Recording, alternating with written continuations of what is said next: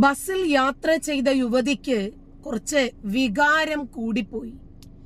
അടുത്ത് നിന്ന യുവാവിനോട് ചിലപ്പോൾ എന്തെങ്കിലും ചോദിച്ചു കാണും, അയാൾ അതിന് സമ്മതിച്ചില്ല.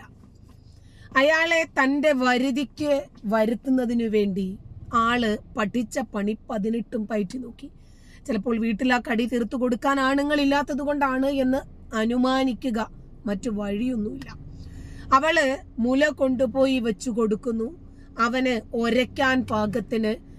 എന്നാൽ അവന്റെ കൈ തന്റെ ശരീരത്ത് തട്ടി എന്നതിന്റെ ഒരനിഷ്ടവും അവള് പ്രകടിപ്പിക്കുന്നുമില്ല. അതിന്റെ അർത്ഥം എന്താ? നല്ല രൂപത്തിൽ അറഞ്ചം പുറഞ്ചം കളിച്ച് തെളിഞ്ഞവളാണ് അവളെന്ന് അവളുടെ ആ നവരസങ്ങൾ നമുക്ക് വ്യക്തമാക്കി തരുന്നുണ്ട്. ഞാനും പെണ്ണാണ്, എനിക്കും മകളുണ്ട്, സഹോദരിയുണ്ട്, സഹോദരങ്ങൾക്ക് മക്കളുണ്ട്. നിങ്ങൾ ആരും ധരിക്കരുത് അത് പറയാൻ പാടില്ല എന്ന്. കാരണം ആ ബസ്സിനകത്തുണ്ടായിരുന്ന ജീവനക്കാരനായ രാമകൃഷ്ണൻ പറയുന്നു, ഞങ്ങളൊന്നും അറിഞ്ഞിട്ടില്ല. അങ്ങനെ ഒരു സംഭവം, ഒരാള് ലൈംഗിക താല്പര്യത്തോടുകൂടി തന്നെ സ്പർശിച്ചു, അതൊരു യുവതി വീഡിയോ എടുക്കുന്നെങ്കിൽ ആ തിരക്കുള്ള ബസ്സാണ്, ശരി, ഞങ്ങളോടല്ലേ പറയേണ്ടത്, അവര് ശബ്ദമുയർത്തി സംസാരിക്കേണ്ടതല്ലേ? അപ്പോ അവരത് ചെയ്തിട്ടില്ല. അങ്ങനെ ഒരു സംഭവം ഇതിനകത്ത് നടന്നു എന്ന് പോലും നമ്മൾ അറിയുന്നത് വാർത്തയായതിനു ശേഷമാണ്. ഈ വിഷ്വല് കണ്ടപ്പോഴാണ് ഇത് ഞങ്ങളുടെ വണ്ടിയാണ് എന്ന് ഞങ്ങൾക്ക് മനസ്സിലാകുന്നത് പോലും എന്നാണ് രാമകൃഷ്ണന്റെ പ്രതികരണം. അപ്പോ അത് കഴിഞ്ഞിട്ട് ഇവരുടെ തന്നെ വാർഡിൽ ഉണ്ടായിരുന്ന ആള്, മുൻപ് ലീഗിന്റെ വാർഡ് മെമ്പർ ആയിരുന്നു, ഇത്തവണ നിന്ന് മത്സരിച്ചിട്ട് തോറ്റുപോയി. അപ്പൊ 6 മാസം മുമ്പാണ് ഇവരുടെ വഴിവിട്ട ജീവിതം കാരണം ഭർത്താവ് കളഞ്ഞിട്ട് പോയത് എന്നൊക്കെയാണ് അദ്ദേഹത്തിന്റെ വാക്കുകൾ നമ്മൾ കേട്ടത്. അപ്പോ ആളത്ര വെടിപ്പുള്ള ആളല്ല എന്ന് തന്നെയാണ് എല്ലാവരും പറയുന്നത്. ശരി, ഇതിനെ സംബന്ധിച്ച് ഒരു ഉസ്താദിന്റെ ശക്തമായിട്ടുള്ള പ്രതികരണം കേൾക്കാൻ ഇടയായി. ശരിയാണ്, ഇതൊരു സാമൂഹ്യ പ്രശ്നമാണ്, ഇതൊരു സാമുദായിക പ്രശ്നമാണ്. അതുകൊണ്ട് ശക്തമായ രൂപത്തിൽ അപ്പോൾ അപ്ഡേറ്റഡ് ആയിട്ടുള്ള ആളുകൾ പ്രതികരിക്കണം. പക്ഷേ മദ്രസകളിൽ നടക്കുന്ന പീഡനങ്ങളെ കുറിച്ച് ഇവര് അങ്ങനെ അപ് ടു ഡേറ്റ് ആയിട്ട് പ്രതികരിച്ച് നമ്മൾ കണ്ടിട്ടില്ല, അപ് ടു ടൈം ആയിട്ട് പ്രതികരിച്ച് നമ്മൾ കണ്ടിട്ടില്ല. കുട്ടികളെ പീഡിപ്പിച്ച് കൊല്ലുന്നവരെ കുറിച്ച് പ്രതികരിച്ച് നമ്മൾ കേട്ടിട്ടില്ല. സ്വന്തം മകളുടെ വയറ്റിൽ ബീജം നിറച്ചു കൊടുക്കുന്ന പിതാവിന്റെ വാർത്തകൾ വരുമ്പോഴും പ്രതികരിച്ച് നമ്മൾ കണ്ടിട്ടില്ല. പോപ്പുലർ ഫ്രണ്ടിന്റെ കിങ്കരന്മാർ കാണിക്കുന്ന പേക്കൂത്തുകൾക്ക്, കൊലവിളികൾക്ക് ഒന്നും ഇവരാരും പ്രതികരിച്ചു കണ്ടിട്ടില്ല. എന്തായിരുന്നാലും ഒരു ഉസ്താദ് ഈ വിഷയത്തിൽ പ്രതികരിച്ച് രംഗത്തു വരുന്നു എന്നത് തന്നെ വളരെ അർത്ഥവത്തായ സംഗതിയാണ്. അത് മുഖവിലക്കെടുക്കുന്നു. അതുകൊണ്ട് തന്നെ ഞാൻ ആ പ്രതികരണം നിങ്ങളെ ഒന്ന് കേൾപ്പിക്കുവാണ്. ഒരു ഭാഗത്ത് സ്വന്തം മക്കളുടെ മുമ്പിൽ വെച്ച് വരെ ദ്വയാർത്ഥ പദങ്ങൾ ഉപയോഗപ്പെടുത്തി അശ്ലീല ചുവയോടുകൂടി സംസാരിക്കുകയും, ഒരു ഭാഗത്ത് സ്വന്തം മക്കളുടെ മുമ്പിൽ വെച്ച് ദ്വയാർത്ഥ പദങ്ങൾ ഉപയോഗിച്ച് അശ്ലീലമായി സംസാരിക്കുന്ന മാതാപിതാക്കൾ. ഓക്കെ, സ്വന്തം മക്കളുടെ വയറ്റിൽ ബീജം നിറച്ചു കൊടുക്കുന്ന മാതാപിതാക്കളെ കുറിച്ചോ? ഒരു കാസർഗോഡ് ഒരു മദ്രസ അധ്യാപകനാണ് സ്വന്തം മകളെ പീഡിപ്പിച്ച ശേഷം 17 പേർക്ക് കാഴ്ചവെച്ചു കൊടുത്തത്. അങ്ങനെ സ്വന്തം സമുദായത്തിൽ തന്നെ, സ്വന്തം വർഗത്തിൽ തന്നെ ഉണ്ടായിരിക്കെ ഇവരെയൊക്കെ എടുത്തു പറയാൻ കാണിക്കുന്ന ഒരു താല്പര്യം അതും കൂടി ഒന്ന് കാണാനുണ്ടാകണം. ഓക്കെ, മനുഷ്യരെ ഊരിച്ചിരിപ്പിക്കുകയും അതുവഴി ലൈക്കും ഷെയറും കമന്റും വാരി കൂട്ടുകയും കിട്ടാത്ത നിരന്നു വാങ്ങുകയും ചെയ്യുന്ന ഒരു വിഭാഗം ദമ്പതിമാർ ഒരു ഭാഗത്തും, മറുഭാഗത്താകട്ടെ സ്വന്തം ഭർത്താവുമായിട്ടുള്ള സ്വകാര്യ നിമിഷങ്ങളിലെ തോണ്ടലും പിച്ചലും മാന്തലും ഒക്കെ.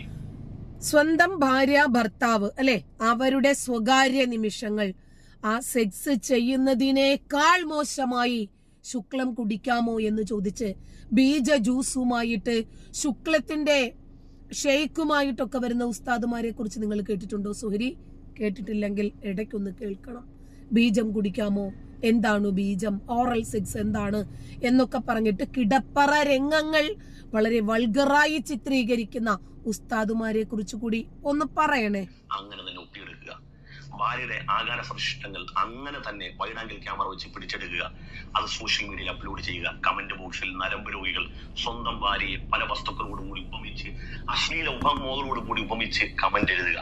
അപ്പോഴും കിട്ടുന്ന ഡോളറിന്റെയും ഷെയറിന്റെയും കമന്റിന്റെയും ലൈക്കിന്റെ ഒക്കെ ആധിക്യം കണ്ട് ആനന്ദപുളകിതമായി ജീവിക്കുന്ന ഒരു വിഭാഗം ദമ്പതിമാർ മറുഭാഗത്ത്.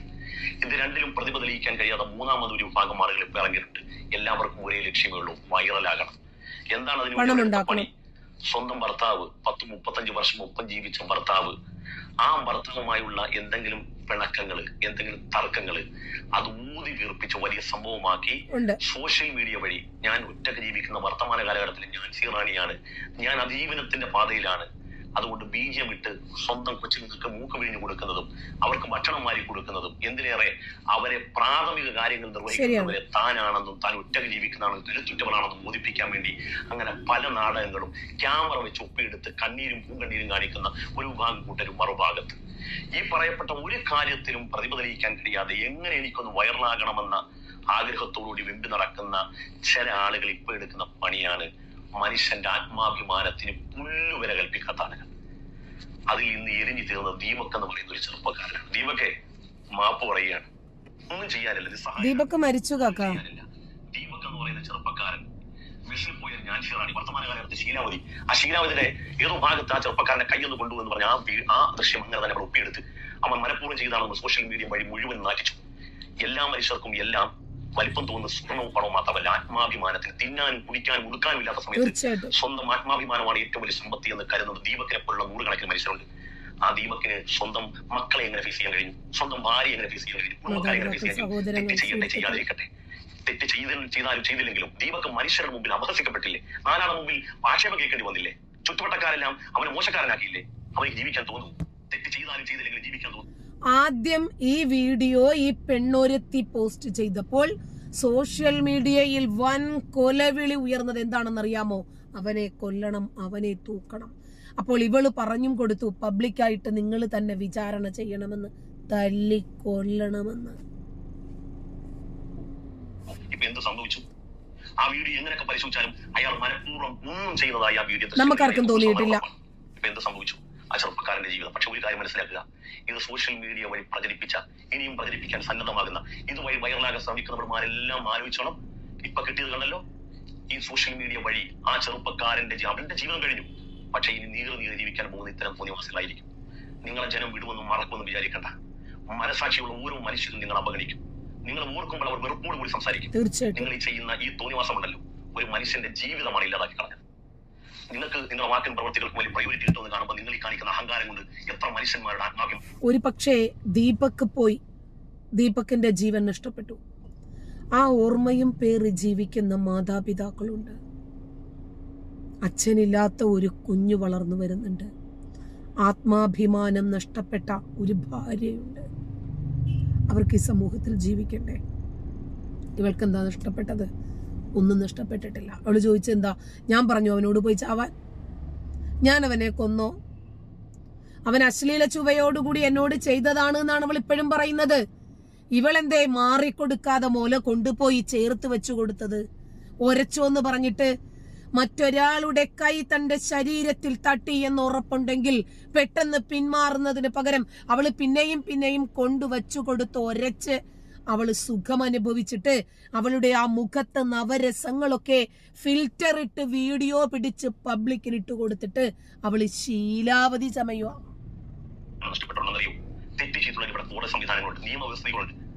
അതിനനുസൃതമായി പ്രവർത്തിക്കുകയും അത് കേസ് കൊടുക്കുകയും അതിനെ അന്വേഷിക്കുന്നതിന് പകരം ഒരു മനുഷ്യൻ ഒരു നിലക്കും ആ വീഡിയോ കാണുന്നതിനായിട്ട് അയാൾ തെറ്റിയെന്ന് തോന്നുന്നു, അങ്ങനെ പോലും തോന്നാത്ത ഒരു മനുഷ്യനെ സോഷ്യൽ മീഡിയ വഴി അപമാനിച്ച് അവനെ നാണം കെടുത്തി അതുവഴി വൈറലാകാൻ ശ്രമിച്ചില്ലേ? അപ്പം നീ വൈറലാകുന്നുണ്ടല്ലോ, എല്ലാവരും മുമ്പിൽ വൈറലാകുന്നുണ്ടല്ലോ. അവസാനം വരെ നിങ്ങൾ ഇന്ന് മുഖം മനുഷ്യർ ഇവിടെ ജീവിച്ചിരിക്കുന്ന മനുഷ്യരാരും മറക്കത്തില്ല. ഇങ്ങനെയാണ് വൈറൽ ശ്രമത്തിന് ശ്രമിക്കുന്നവർക്ക് കിട്ടുന്നത്, ഇങ്ങനെ ആയിരിക്കും. പ്രിയപ്പെട്ട കൂട്ടുകാരെ, ദീപകെ ചെറുപ്പക്കാരിയാണെന്നുള്ള ആനുകൂല്യത്തിൽ ഇവർക്ക് കോടതി മാപ്പ് നൽകിയാലും മനുഷ്യരുടെ മനസ്സിൽ ഇവർക്ക് മാപ്പുണ്ടാവില്ല. ഗ്രീഷ്മക്ക് കോടതി കാലാന്തരത്തിൽ മാപ്പ് കൊടുത്താലും മനുഷ്യരുടെ മനസ്സിൽ അവർക്ക് മാപ്പില്ല. പുറത്തായാലും ജോലിക്ക് കാലാന്തരത്തിൽ കോടതി മാപ്പ് കൊടുത്താലും മനുഷ്യരുടെ മനസ്സിൽ അവർക്ക് മാപ്പ് കിട്ടൂല. ഞാൻ നിന്നെ ഓർത്ത് അഭിമാനിക്കുന്നു. നീ ജീവൻ നഷ്ടപ്പെടുത്തണ്ടായിരുന്നു, പക്ഷേ നീ ജീവൻ നഷ്ടപ്പെടുത്തി എന്താണെന്ന് എനിക്ക് എന്നെ കേൾക്കുന്ന മലയാളി മനസ്സുകൾ വായിക്കാൻ കഴിയും. കാരണം പണത്തെക്കാളും സ്വത്തിനേക്കാളും ദീപക്ക് ഏറ്റവും വലുത് ആത്മാഭിമാനമായതുകൊണ്ടാണ്. ആത്മാഭിമാനം നഷ്ടപ്പെട്ടെടുത്ത് എന്റെ ആത്മാവ് തന്നെ നഷ്ടപ്പെട്ടു എന്ന തോന്നലാണ്. എന്റെ അന്തസ്സും എന്റെ അഭിമാനം നഷ്ടപ്പെടുക. ഇപ്പോ 7 വർഷമായി ഒരു ഗാർമെന്റ്സിൽ ജോലി ചെയ്യുന്ന ഒരാള്, തുണിക്കടകളിൽ ഏറ്റവും കൂടുതൽ വരുന്നത് ആരാ? അയാൾക്ക് അങ്ങനത്തെ ഒരു ദുസ്വഭാവം ഉണ്ടായിരുന്നെങ്കിൽ 7 വർഷത്തോളം ഒരു സ്ഥാപനത്തിൽ പിടിച്ചു നിൽക്കാൻ അയാൾക്ക് സാധിക്കുമായിരുന്നില്ല. ഏറ്റവും കൂടുതൽ ലേഡി സ്റ്റാഫുകൾ എല്ലാവർക്കും അയാളെ കുറിച്ച് നല്ല അഭിപ്രായങ്ങൾ മാത്രം. സുഹൃത്തുക്കൾ, നാട്ടുകാർ, സഹപ്രവർത്തകർ, ബന്ധുക്കൾ എല്ലാവരും ഒറ്റ ശബ്ദത്തിൽ പറയുന്നു, ഒരിക്കലും ദീപക്കിൽ നിന്ന് ഒരു മോശമായ സ്വഭാവവും ഞങ്ങൾ ആരും കണ്ടിട്ടില്ല, ഞങ്ങളുടെ ആരുടെയും അനുഭവത്തിലുമില്ല. അപ്പോ താൻ നിരന്തരം ചെയ്യുന്ന കർമ്മങ്ങൾ താൻ അനുഭവിച്ചിടുകെന്നേ വരൂ എന്ന് പറഞ്ഞതുപോലെ അവൾ അനുഭവിക്കാതെ ഇവിടെ പോകാനാ. ഞാൻ കരുതി അവളുടെ തട്ടം കണ്ടും അവളുടെ പേര് കണ്ടും ഒരുപക്ഷെ മുസ്ലിം സമുദായത്തിലെ പുരോഹിതന്മാർ അവളെ സപ്പോർട്ട് ചെയ്യുന്നുണ്ടോ എന്നൊരു വേള തോന്നിപ്പോയി. ആദ്യമായി ശക്തമായ രൂപത്തിൽ ഭൂരിപക്ഷം മനസാക്ഷി മരവിച്ചു പോകാത്ത മനുഷ്യന്മാരുടെ അഭിപ്രായം തുറന്നു പറഞ്ഞ ഉസ്താദിന് നമസ്കാരം.